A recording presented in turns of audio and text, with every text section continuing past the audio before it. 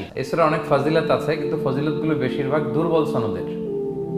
একটা শুধু হাসান পর্যায়ের হাদিস পাওয়া যায়, বাকি সব দুর্বল। তো দুর্বল হলেও সমস্যা নাই, ফজিলতের ক্ষেত্রে দুর্বল হাদিস গ্রহণ করা যায়। কি কি আছে? এক হাদিসে সুনানে তিরমিজির বর্ণনায় রাসূল সাল্লাল্লাহু আলাইহি ওয়াসাল্লাম বলেছেন, ইন্না লিকুল্লি শাইআন কলবান ওয়া কলবুল কুরআনি ইয়াসিন। সব জিনিসের হৃদয় আছে, আর কোরআনের হৃদয়ের নাম হচ্ছে সূরা ইয়াসিন। যে ব্যক্তি একবার সূরা ইয়াসিন পড়ে, সে 10 বার পুরো কোরআন পড়ার সওয়াব পেয়ে যাবে। এটা একটা ফাজিলত। আচ্ছা, আরেক ফাজিলতে আছে, রাসূল সাল্লাল্লাহু আলাইহি ওয়াসাল্লাম বলেছেন, ইকরাউ সূরাতা ইয়াসিন আলা মাউতাকুম। তোমাদের মুমূর্ষদের সামনে বসে সূরা ইয়াসিন পড়ো। মৃত্যু পথযাত্রী এখনই মারা যাবে, অসুস্থ হয়ে পড়ে আছে, তাদের যাতে কষ্ট কম হয়, লাঘব হয়, রাসূল সাল্লাল্লাহু আলাইহি ওয়াসাল্লাম বলেছেন সূরা ইয়াসিন তার সামনে বসে পড়ো। কেন? এটা আমি সামনে বলবো। এগুলো দাঈফ সনদের। হাসান পর্যায়ের একটা মাওকুফ হাদিস আছে, ইবনে আব্বাস রাদিয়াল্লাহু তাআলা আনহু বলতেন যে ব্যক্তি মান ক্বারা ইয়াসিন হিনা ইউসবিহু, সকালবেলা যদি কেউ সূরা ইয়াসিন পড়ে, তাহলে সারা দিনের সব কাজগুলো আল্লাহ তার জন্য সহজ করে দেয়। আবার রাতে যদি কেউ সূরা ইয়াসিন পড়ে, সারা রাতের সব কাজ তার জন্য আল্লাহ তাআলা সহজ করে দেয়। এবং ইবনু কাসির ওনার তাফসিরে মিন তাজরিবাতিহি, মানে তার এক্সপেরিয়েন্স থেকে, কোনো হাদিস দলিল না, ওনার অভিজ্ঞতা থেকে বলেছেন যে আমি যখনই কোনো বিপদে পড়েছি সূরা ইয়াসিন তেলাওয়াত করার পর আল্লাহ তাআলা ওই কাজটা আমার জন্য সহজ করে দিয়েছেন। তো এখন সূরা ইয়াসিন বেশি বেশি তেলাওয়াত করবেন তো নাকি? মাশাআল্লাহ, ঠিক আছে। মাক্কি সূরাগুলোর মূল প্রতিপাদ্য বিষয় হচ্ছে তাওহীদ, রিসালাত, আখিরাত। মাক্কি সূরাগুলো সাধারণত তাওহীদ, রিসালাত এবং আখিরাত নিয়ে কথা বলে। সূরা ইয়াসিনও তার ব্যতিক্রম নয়। এই সূরার মূল কথা তাওহীদ, রিসালাত এবং আখিরাত। বিশেষ করে পুনরুত্থান, পুনরুজ্জীবন, the concept of resurrection, life after death. মৃত্যুর পরে যে আবার আমরা জাগবো ঘুম থেকে, আবার জীবন হবে, আবার বিচার হবে, এটা বিশ্বাস হয় আপনাদের? হ্যাঁ, মক্কার লোকদের বিশ্বাস হতো না।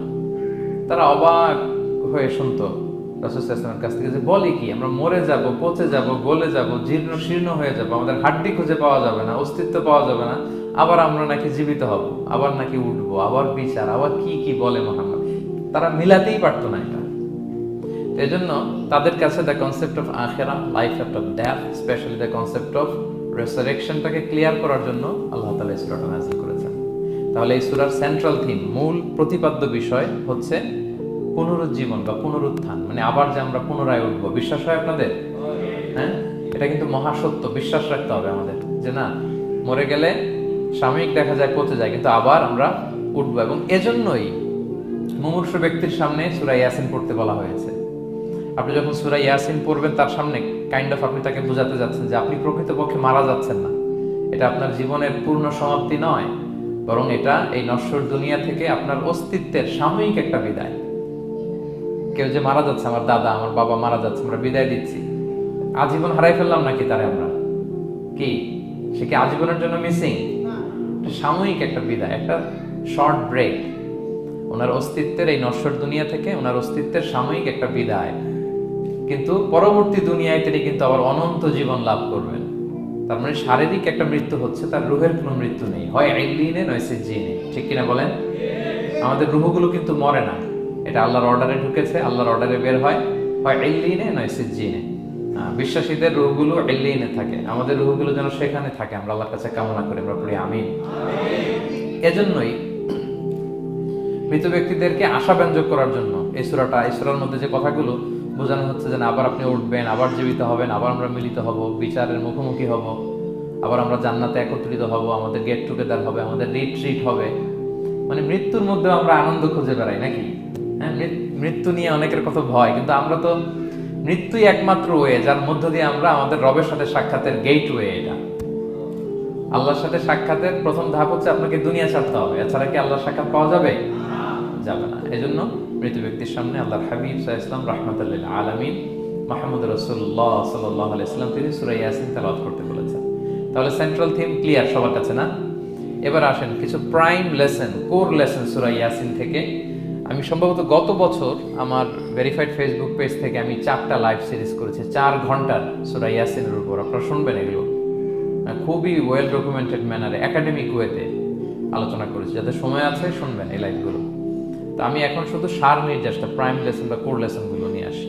1 নম্বর লেসন হচ্ছে আল্লাহ তাআলা বলেছেন যে কোরআনের আয়াতগুলো একটার সাথে আরেকটা well connected, completely well knit, এটা well protected. One doesn't differ the other or contradict the other. কোনো আয়াত আরেক আয়াতের বিপরীতে যায় না, একটা আরেকটার সম্পূরক, পরিপূরক, ওয়েল নেট, ওয়েল কানেক্টেড। এটাই প্রমাণ করে যে এটা কার কাছ থেকে নাজিল হয়েছে? আল্লাহ সুবহানাহু ওয়া তাআলার কাছ থেকে নাজিল হয়েছে। আল্লাহ তাআলা এটাই বলেছেন, ইয়াসিন, তারপরে ওয়াল কুরআনিল হাকিম। হাকিম বিমানা মুহকাম, মানে কোরআনের আয়াতগুলো পোক্ত। এটা হচ্ছে completely well net, perfectly connected, একটা আরেকটার সাথে কানেক্টেড। এক আয়াত ইফাসসিরু বা'দুহু বা'দান, এক আয়াত আরেক আয়াতকে ব্যাখ্যা করে। অনেক কথা কোরআনের এক জায়গায় সংক্ষেপে বলা হয়েছে, আরেক জায়গায় বিস্তারিত, এক জায়গায় ছোট করে আরেক জায়গায় বড় করে।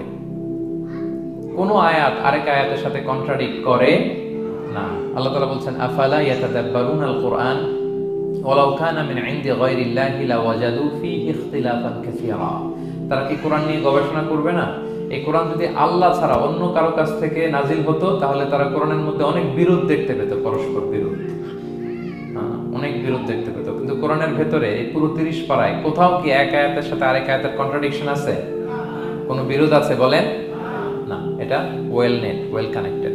অন্য আয়াতে আল্লাহ বলছেন, লা ইয়াতিহিল বাতিলু মিন বাইনি ইয়াদাইহি ওয়ালা মিন খালফি। সামনে থেকে পেছন থেকে কোরআনে কোনো বাতিল অনুপ্রবেশ করতে পারে না, কারণ তানজিলু মিন হাকিমিন হামিদ, এটা প্রজ্ঞাময়, প্রশংসিত আল্লাহর পক্ষ থেকে এটা প্রোটেক্টেড একটা কিতাব নাজিল হয়েছে। ফলে এটা কিয়ামত পর্যন্ত প্রোটেক্টেড থাকবে।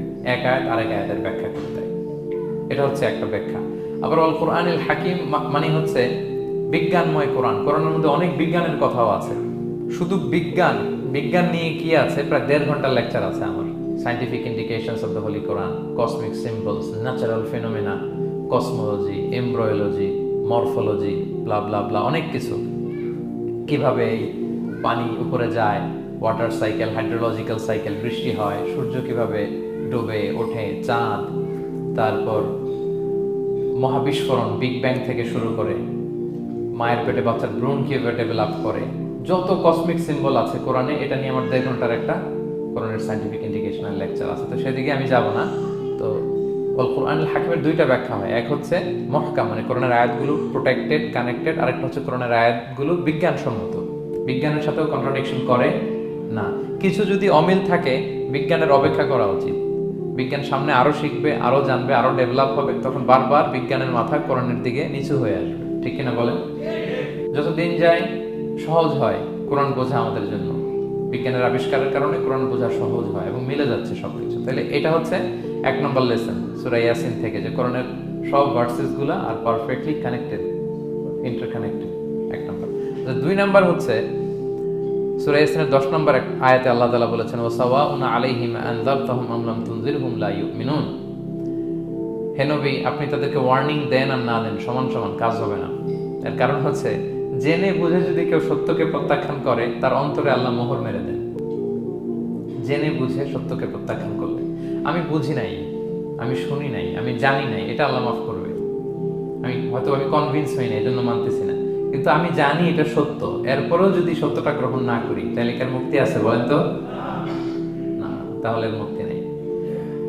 এজন্য যারা সত্যান্বেষী তাদেরকে আল্লাহ পছন্দ করেন।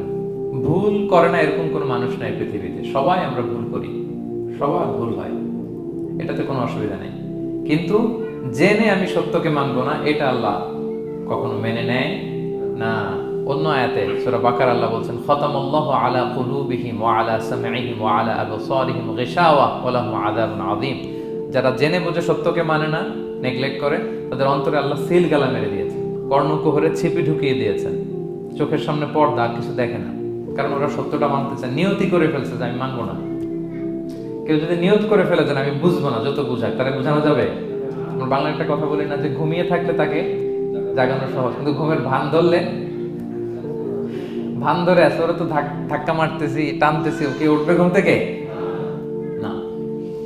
এটার উদাহরণ দেখেন আবু জাহেল আর উমরে ফারুক রাদিয়াল্লাহু তাআলা। দুইজনই ইসলামের শত্রু ছিল, ইসলাম বিরোধী ছিল, কিন্তু উমরে ফারুক রাদিয়াল্লাহু তাআলা ছিলেন সত্যান্বেষী, সত্য শুনলেই মানতেন। কিন্তু আবু জাহেল ছিল তার বিপরীত, সে ছিল গোড়া, অহংকারী, ইগোইস্টিক সমস্যা ছিল তার।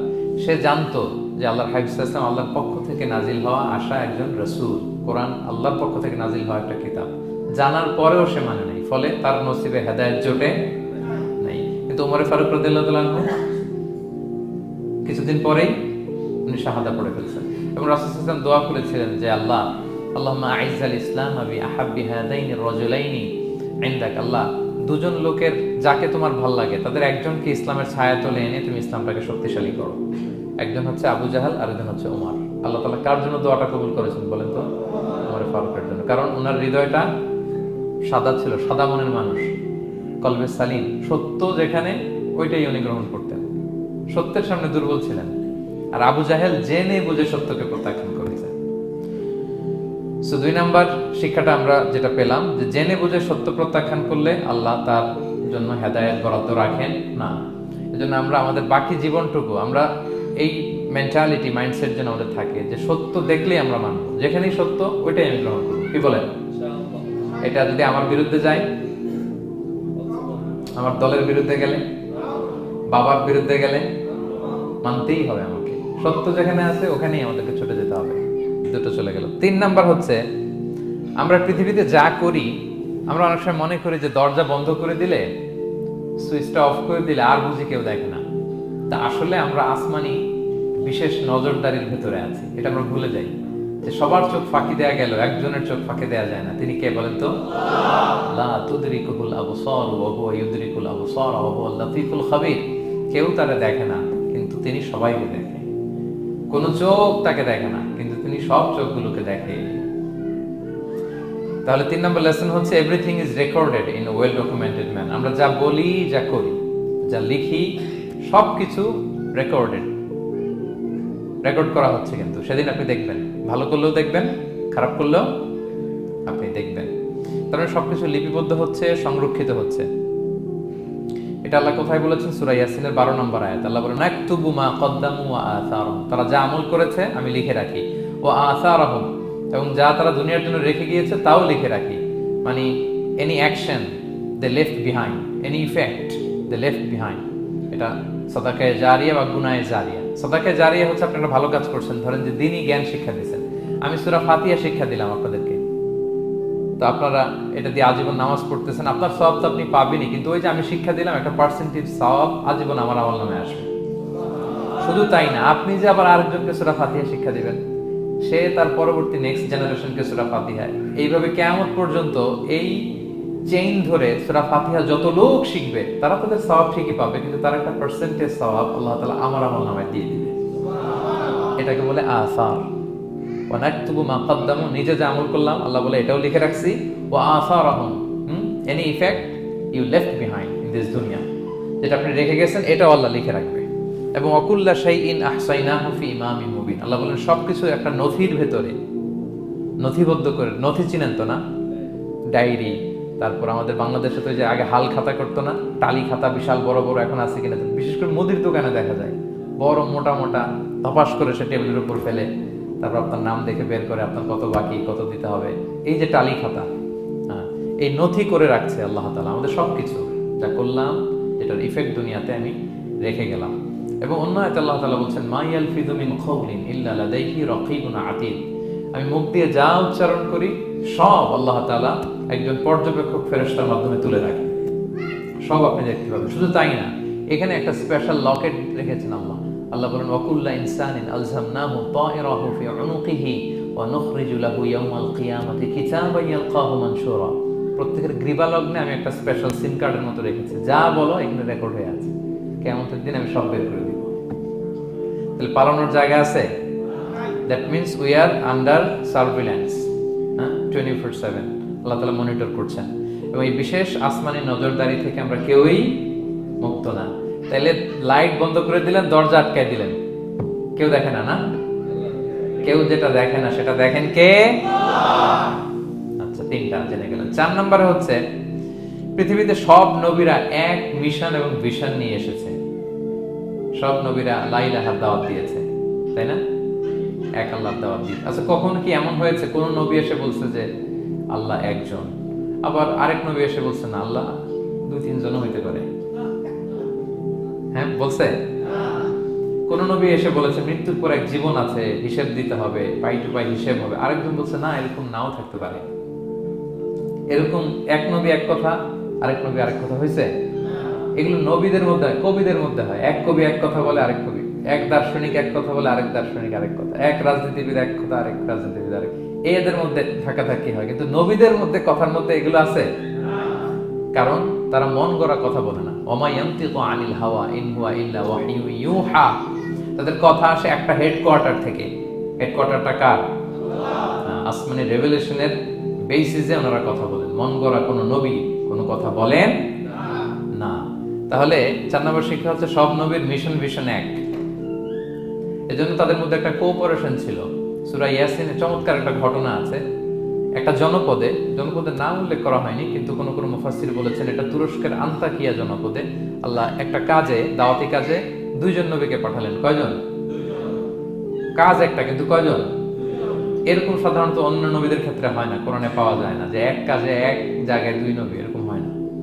এক্সেপ্ট মুসা আলাইহিস সালাম, ওনার কথা বলার জড়তা ছিল, তো উনি আল্লাহকে বলেছেন, আল্লাহ আমাকে যে তাওরাত দিয়ে পাঠালেন আমি তো কথা ক্লিয়ারলি বলতে পারি না, জড়তা, মামলিং হয় আমার মুখে। তো আমার ভাই আখি হারুন আফসাহু মিন্নি লিসান, ও আবার খুব ফ্লুয়েন্ট ছিল। আমি নেতৃত্ব দিব, কিন্তু হারুন ভোকাল দিবে, আপনি তাকে নবী বানাই দেন। মুসা আলাইহিস সালামের দোয়ার বদলতে আল্লাহ হারুন আলাইহিস সালামকে নবী বানাই দিয়েছিলেন।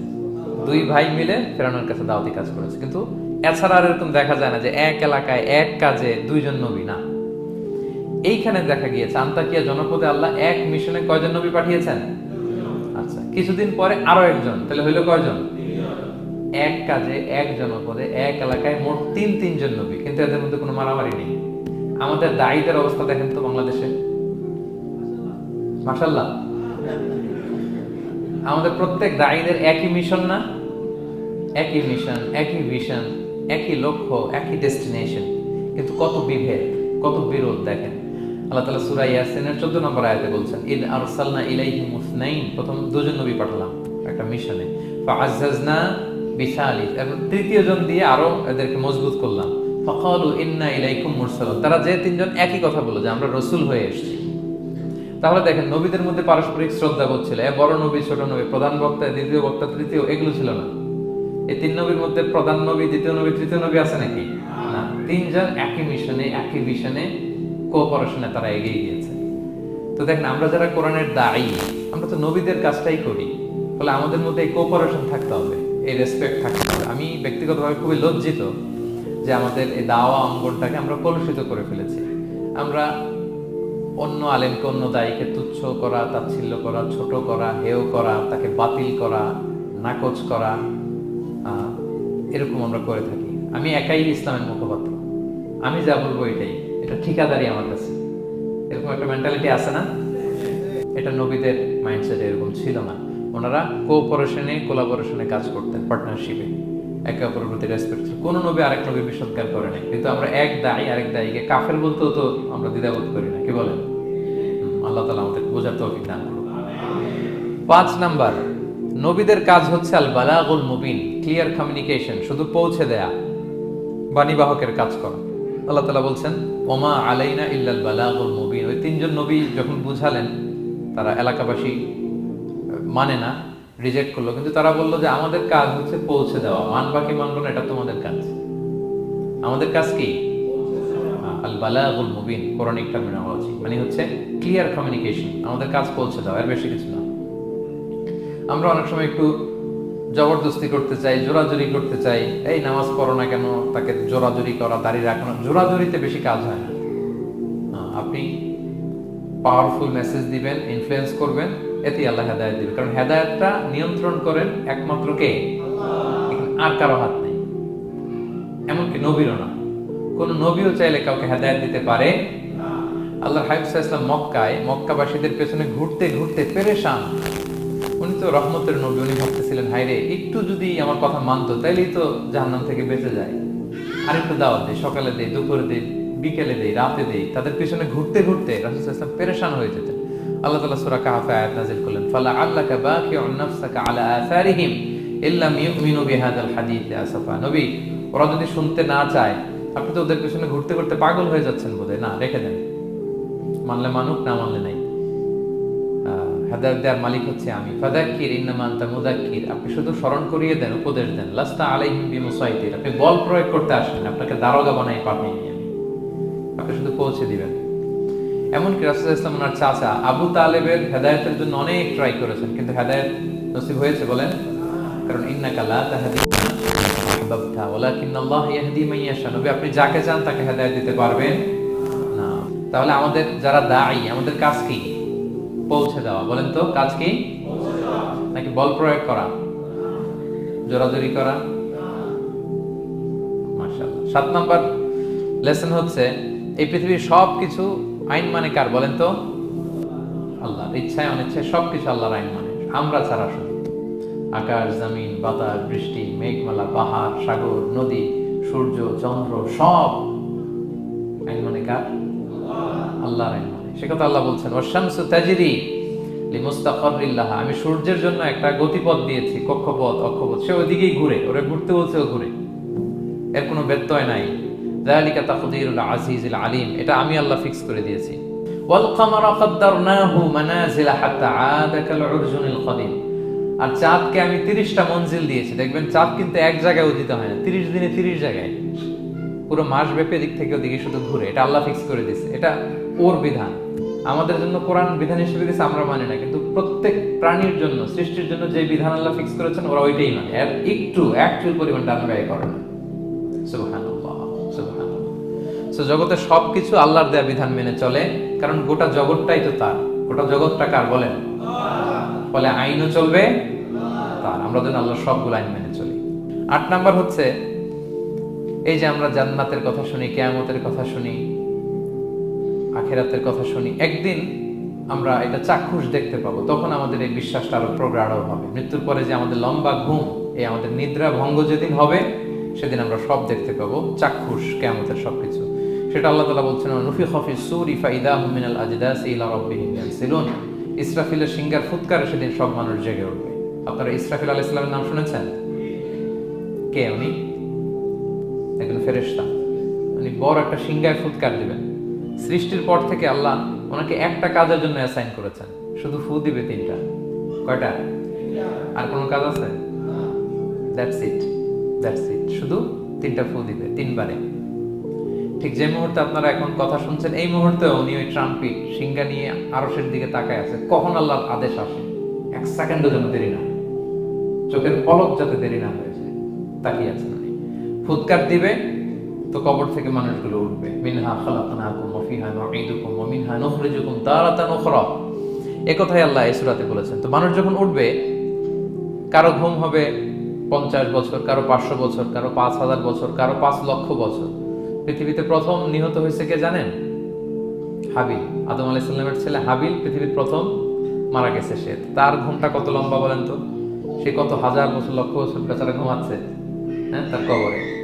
তো এই সব সিংহার ফুৎকারে সব কবর থেকে উঠবে। ক্বালু ইয়া ওয়াইলানা মান বাআসানা মিন মারকাদিনা হাযা। কি রে, কে ভাঙালো এই লম্বা ঘুমটা? সবাই তো ঘুমাচ্ছিলাম। হাদা মা ওয়া'দার রহমান। ফেরেশতারা বলবে এইটাই সেই দিন যেটা বিশ্বাস করো না এই দুনিয়াতে। ওয়াজ নসিহত হইলে তো তোমরা মানতা না, বলতা এগুলো কিছু নাই। আজকে সেই দিন। সাদাকাল মুরসালুন, রাসূলরা সত্যই বলেছেন। ওই দিন মানুষ চাক্ষুষ কিয়ামতকে অবলোকন করবে। 9 নম্বর শিক্ষা হচ্ছে তখন আল্লাহ তাআলা বিচার প্রতিষ্ঠিত করবেন। ওই বিচারে আল্লাহ কাউকে ঠকাবেন না। বলেন তো আল্লাহর বিচারে কোনো পার্সিয়ালিটি আছে?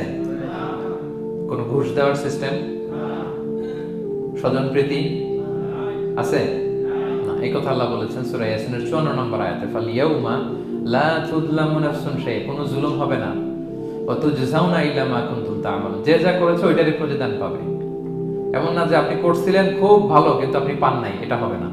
যার যে রিওয়ার্ড পাওয়ার কথা ওইটাই পাবেন, কারণ আল্লাহ জুলুম করেন না। ওমা আনা বিযাল্লামিন লিল আবিদ। আল্লাহ বলে আমি আমার বান্দার প্রতি বিন্দু পরিমাণ জুলুম করি না।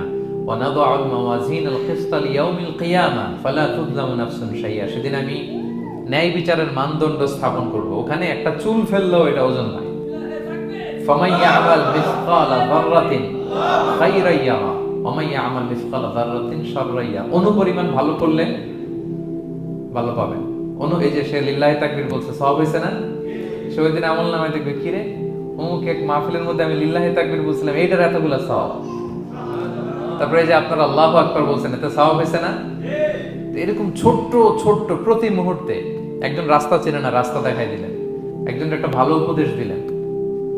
এইভাবে ছোট্ট ছোট্ট যত ভালো কাজ সব পাবেন, ছোট্ট ছোট খারাপ কাজ সব সেদিন পাবেন। কোনো জুলুম হবে না। 10 নম্বর শিক্ষা হচ্ছে যারা জান্নাতে যাবে, জান্নাতের একটা ফিচার হচ্ছে, মেজর ফিচার, জান্নাতে যে জান্নাতীরা যা চাবে তাই পাবে, কোনো না নাই সেখানে, যার যেটা মনে চায়। এটা সূরা ইয়াসিনের 57 নম্বর আয়াত আল্লাহ বলেছেন, লাহুম ফিহা ফাকিহা ওয়া লাহুম মা ইয়াদদাউন। সেখানে অজস্র অঢেল সুস্বাদু মুখরোচক ফলমূল থাকবে। দুনিয়াতে এক ফলে এক মজা, আনারসের মজা তরমুজে নাই, তরমুজের মজা আমে নাই, আমের মজা বাঙ্গিতে নাই, বাঙ্গির মজা কাঁঠালে নাই, কাঁঠালের মজা ডুরিয়ানে নাই। যেইটা খাবেন ওইটা স্বাদ। জান্নাতে এক ফলের ভেতরে হাজার রকমের স্বাদ আল্লাহ ঢুকাই দেবে। আচ্ছা, দুনিয়াতে যে কমলা খান, কমলার ছোলা খান, হ্যাঁ, ডাব যে খান, ডাবের ছোলাটা খান, শুধু পানি, ওইখানে ডাবের চেয়ে আর ডাবের ছোলা মজা লাগবে। কমলার চেয়ে কমলার ছোলা হবে আরো সুস্বাদু। মানে ওইটার ফিচারের সাথে দুনিয়ার ফিচার কোনো তুলনাই হয় না, নো কম্পারিজন। যা চাবে তাই হবে। ইয়াসিনের 11 নম্বর শিক্ষা হচ্ছে সেদিন নিজের হাত পা নিজের বিরুদ্ধে সাক্ষী দিবে যারা জাহান্নামে যাবে।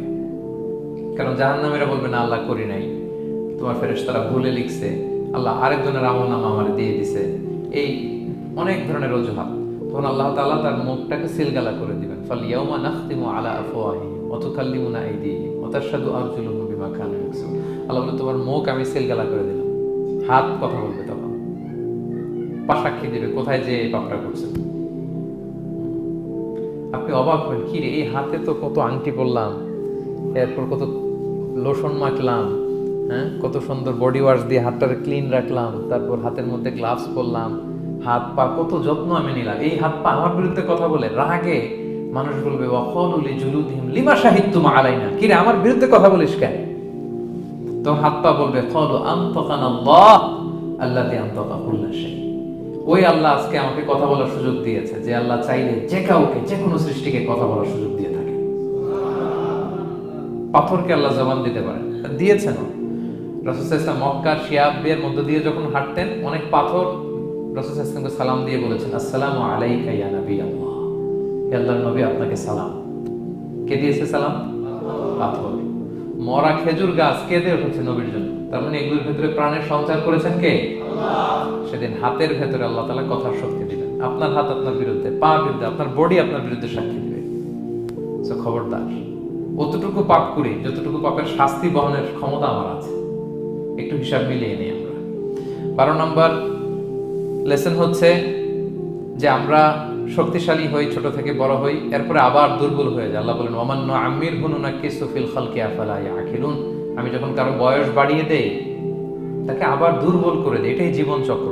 দেখেন, শৈশব দিয়ে শুরু, তারপর কৈশোর, তারুণ্য, যৌবন। যৌবনের কথা চিন্তা করে তো বেশিরভাগ যুবক কি শক্তি গায় না, যা খাই ওইটাই হজম হয়ে যায়।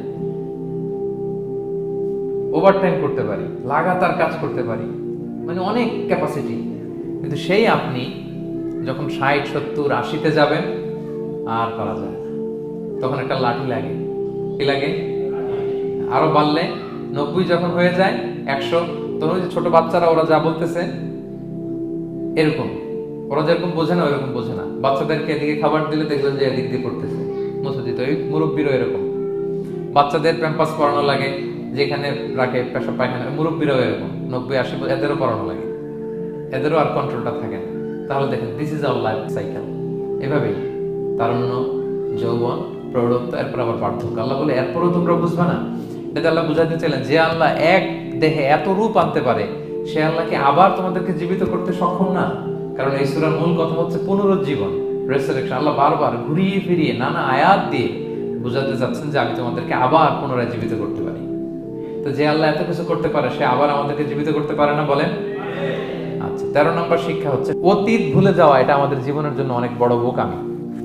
আমরা ভুলে যাই অনেক সময়, আমরা কি ছিলাম, কোথায় ছিলাম, ভুলে যাই। আল্লাহ বলেন আওয়ালাম ইয়ারাল ইনসানু আন্না খালাকনাহু মিন নুতফা ফাইদা হুয়া খাসীমুম মুবিন। মানুষ কি দেখে না যে ওদেরকে আমি কোত্থেকে সৃষ্টি করছি? দেখেন, আমাদের এত বড় বাড়ি গাড়ি, আমাদের এত নাম যশ খ্যাতি, আমরা আদিতে কি ছিলাম? সামান্য এক ফোঁটা বীর্য। বাবার পিঠ থেকে, মায়ের গর্ভে ছোট্ট একটা পানি থেকে আমাকে সৃষ্টি করেছেন কে? আল্লাহ। এই সৃষ্টির আগে তো কিছুই ছিলাম না। আপনার বয়স এখন 50, আচ্ছা 500 বছর আগে আপনি কই ছিলেন বলেন? আপনার দাপট তো আজকে থাকা যায় না এই পৃথিবীতে, সব নাকি আপনার। এরকম বলে না? সব আমার, আমার পাওয়ার, আমার ক্ষমতা। আজ থেকে জাস্ট 500 বছর আগে আপনি কই ছিলেন? আপনার কোনো নাম ছিল, আপনার কোনো গ্রাম ছিল, কোনো অ্যাড্রেস ছিল, খ্যাতি ছিল, দাপট ছিল, লোক লস্কর কিছু ছিল? ক্ষমতা আসবে কোত্থেকে আপনার? আল্লাহ বলে হাল আতা আলাল ইনসানি হিনুম মিনাদ দাহরি লাম ইয়াকুন শাইআম মাযকুরা। মানুষকে দেখে না যে একটা সময় ও কিছুই ছিল না, কিছুই তো ছিল না, তুমি অস্তিত্বহীনতা থেকে তোমার অস্তিত্ব আল্লাহ দিলেন দয়া করে। ছোট্ট ছোট্ট করে মায়ের পেটে এতটুকু থেকে আপনি ওই বিজ্ঞান প্রযুক্তি জাদুঘরে গিয়েছিলাম আমি আগারগাঁওতে, ওখানে মায়ের পেটে যেগুলো বাচ্চাগুলো ডেভেলপ করে নাই তারা রেখে দিয়েছে পানির মধ্যে 1 সপ্তাহ 2 সপ্তাহ 1 মাস 2 মাস 3 মাস এরকম বাচ্চাগুলো ছোট ওই ব্যাঙ্গাচির মতো ছিলাম আমরা। বর্ষাকালে ব্যাঙের পোনা দেখছেন? জাস্ট লাইক ব্যাঙের পোনা, এত ক্ষুদ্র ছোট্ট আমরা ছিলাম। আল্লাহ বলে তুমি দেখো না তোমার পিছনটা কি ছিল অতীত, এজন্য অতীত ভুলে যাওয়া যাবে না। 14 নম্বর শিক্ষা হচ্ছে পুনরুত্থান, যেটা আসল শিক্ষা সূরা ইয়াসিনের, মানে মৃত্যু পরবর্তী জীবন, এটা মহাসত্য, এটা হবেই। হ্যাঁ, লম্বা আয়াত, আমি শুধু মূল কথাটা বলি। আস ইবনে ওয়াইল মক্কা রাসূল সাল্লাল্লাহু আলাইহি ওয়াসাল্লামের কাছে একটা মরা লাশের হাড্ডি, কঙ্কাল থেকে হাড্ডি এনে, এটা 100 বছর আগের হাড্ডি, এরকম হাত দিয়ে গুঁড়া করে এটা পাউডার হয়ে গেছে। রাসূল সাল্লাল্লাহু আলাইহি ওয়াসাল্লামের কাছে এসে ভাবে একটা ফু মারলো, ফু দেওয়ার সাথে সাথে এটা বাতাসে মিলে গেছে। তো বলতেছে মুহাম্মদ, এই যে কঙ্কালের এই পাউডারটা, তুমি বলতেছো এইটারে আল্লাহ জীবিত করবে, এটারে রিকনস্ট্রাক্ট করবে, কি বলো তুমি? What are you talking about? এটাও সম্ভব? আল্লাহ এই কথাটা সূরা ইয়াসিনে তুলে ধরলেন যে দারাবা লানা মাসালান ওয়া নাসিয়া খালকা ক্বালা মান ইউহিল ইদামা ওয়া হিয়া রামীম। এটারে কে আবার জীবিত করবে? তো জীর্ণ শীর্ণ ধুলা বালু পাউডার হয়ে গিয়েছে। আল্লাহ বলেন কুল, নবী আপনি ওয়াইলকে বলেন, ইউহিহাল্লাযী আনশাহা আউওয়ালা মাররা, ওই আল্লাহ সৃষ্টি করবেন যে এটারে প্রথমে বানাইছিলেন। এটার তো অস্তিত্ব ছিল না, অস্তিত্বহীন থেকে যখন আল্লাহ বানাইতে পারেন, এটা মরে যাওয়ার পরে তারে আল্লাহ আবারও বানাতে পারবেন, ঠিক কিনা বলেন? আচ্ছা বলেন, কোন জিনিস প্রথমে বানানো সহজ না দ্বিতীয়বার বানানো সহজ? দ্বিতীয়বার, তাই না? তো প্রথমেই যেহেতু আল্লাহ আমাদেরকে বানাই ফেলতে পারছে, মরে গেলে গলে গেলে পচে গেলে দ্বিতীয়বার বানানো কেন জন্য কঠিন হবে? কঠিন হলে তো প্রথমবার হওয়ার কথা ছিল, যেহেতু নমুনা ছিল না, আল্লাহর কাছে কোনো মডেল ডিজাইন ছিল যে এটার আলোকে এটা ছিল। তো সেই আল্লাহ যখন আমাদেরকে বানাই ফেলতে পারছেন প্রথমবার, দ্বিতীয়বার কি তার জন্য কঠিন না সহজ? তখন বিষ্ণু ইসলাম বললেন যে এই পাউডার, তুমি যে কঙ্কালের হাড্ডি ফু দিয়ে বললা, এটাকে আল্লাহ জীবিত করবেন, অনুরূপভাবে তোমাকেও জীবিত করবেন এবং তোমাকে জাহান্নামে নিক্ষেপ করবেন। আল্লাহ জাহান্নাম থেকে আমাদেরকে হেফাজত করুন। সহিহ মুসলিমের হাদিসে আল্লাহর হাবিব সাল্লাল্লাহু আলাইহি ওয়াসাল্লাম বলেন, ইন্না ফিল ইনসানি আযমান, মানুষের দেহে একটা হাড্ডি কণিকা আছে, লা তাকুলুল আরদু আবাদা, এই হাড্ডি কণিকা জমিন কখনো খেতে পারে না। মানে আমাদেরকে কবর দিয়ে দিলে তো মাটি পুরো লাশটা খেয়ে ফেলে, 50-100 বছর পরে আর কিছুই থাকে না, আসলে আমাদের হাড় গোড়ও থাকে না, ওইটাও পাউডার হয়ে যায়, পোকামাকড় খেয়ে ভ্যানিশ। কিন্তু একটা জিনিস ছাড়া, আমাদের এই যে শির দ্বারা ব্যাকবোন, আমাদের স্পাইনাল কর্ডের একেবারে নিচে ট্রায়াঙ্গেল ছোট্ট একটা হাড্ডি কণিকা আছে, ত্রিভুজ আকৃতির, এটাকে ডাক্তারি ভাষায় বলে কক্সিক্স টেইল বোন, পুচ্ছাস্তি বলে। এই ছোট্ট কণা, এইটা নষ্ট হয় না। আল্লাহ বলে এইটাকে বেইস ধরে আমি কিয়ামতের দিন তোমাদের সবাইকে আবার জীবিত করব। হিন্দুরা যে শ্মশানে লাশ পোড়ায়, সব পুড়ে যায়, কক্সিক্স পুরো নয়, ছোট্ট কক্সিক্স কোথা হয় জানেন? গরুর লেজটা যেখান থেকে শুরু হয় ওই জায়গায়, মানে আমাদের শিরদাঁড়ার একেবারে নিচের দিকে ছোট্ট একটা ট্রায়াঙ্গেল হাড্ডি কণিকা আছে, খুবই ছোট ট্রায়াঙ্গেল বোন পার্টিকেল, এটা থেকে আল্লাহ সৃষ্টি করে। এটা বিমানের ব্ল্যাক বক্সের মতো, বিমান জ্বলে পুড়ে যায়, সাগরের নিচে গেলেও ব্ল্যাক বক্স কিছু হয় না। জানেন যে MH কত 370, ওই যে ডুবলো, যে ভারত মহাসাগরের নিচ থেকে 3 দিন সিগন্যাল দিচ্ছিল ব্ল্যাক বক্স, এরপর এটার ব্যাটারিও নাই, আর দিতেও পারে নাই, দেখেন সব ধ্বংস হয়ে যায়। ব্ল্যাক বক্স থেকে বিমানের সর্বশেষ কি হয়েছিল ইনফরমেশন গুলো পাওয়া যায়, ওইটা নষ্ট হয় না সাধারণত বিমানের। এই আল্লাহ তাআলা এই ব্ল্যাক বক্স দিয়ে দিয়েছেন আমাদের পেছনে, আজবুল জানাব, এখান থেকে আল্লাহ তাআলা সেদিন আমাদেরকে রিকনস্ট্রাক্ট করবেন। তাহলে পুনরুত্থান, আবার যে আমরা জীবিত হব, এটা বিশ্বাস হয় আপনাদের? হয়। এটা করতে আল্লাহ কিছুই লাগে না, শুধু কুন বললেই হয়ে যায়। কি বললে? এই কুন কথা দিয়ে আল্লাহ তাআলা শেষ করেছেন সূরা ইয়াসিন। আল্লাহ বলেন যে আল্লাহর যে অসীম ক্ষমতা, এটা শুধু কুন বললেই হয়। ইন্নামা আমরুহু ইযা আরাদা শাইআন আইয়াকুলা লাহু কুন ফায়াকুন, কুন হও ফায়াকুন, হয়ে যায়, বি ইট ওয়াজ, হও বলতে হয়ে যায়। তাই বলে কি আল্লাহ হও বলাটাও জরুরি না? তিনি হও বলারও মুখাপেক্ষী না। দুনিয়াতে আমাদের বোঝানোর জন্য তিনি বলছেন যে আমি কোন বললেই হয়ে যায়, ওনার কোনও বলা লাগে না, চিন্তা করা মাত্রই হয়ে যায়। ফাআলুল লিমা ইউরিদ, তিনি যা ইচ্ছা তাই করতে পারেন। সো সেই আল্লাহকে যেন আমরা ডাকি, তার কাছে যেন আমরা ফরিয়াদ করি, আমাদের মনের আকুতি চাহিদা, প্রার্থনা তার কাছে যেন আমরা নিবেদন করে পেশ করি। আল্লাহ তাআলা আমাদের সবাইকে কথাগুলো বোঝার ও আমল করার তৌফিক দান করুন। হাযা মা ইনদি ওয়াল ইলমু ইনদাল্লাহি আলাইহি তাওয়াক্কালতু ওয়া ইলাইহি উনীব। আসসালামু আলাইকুম ওয়া রাহমাতুল্লাহি ওয়া বারাকাতুহু।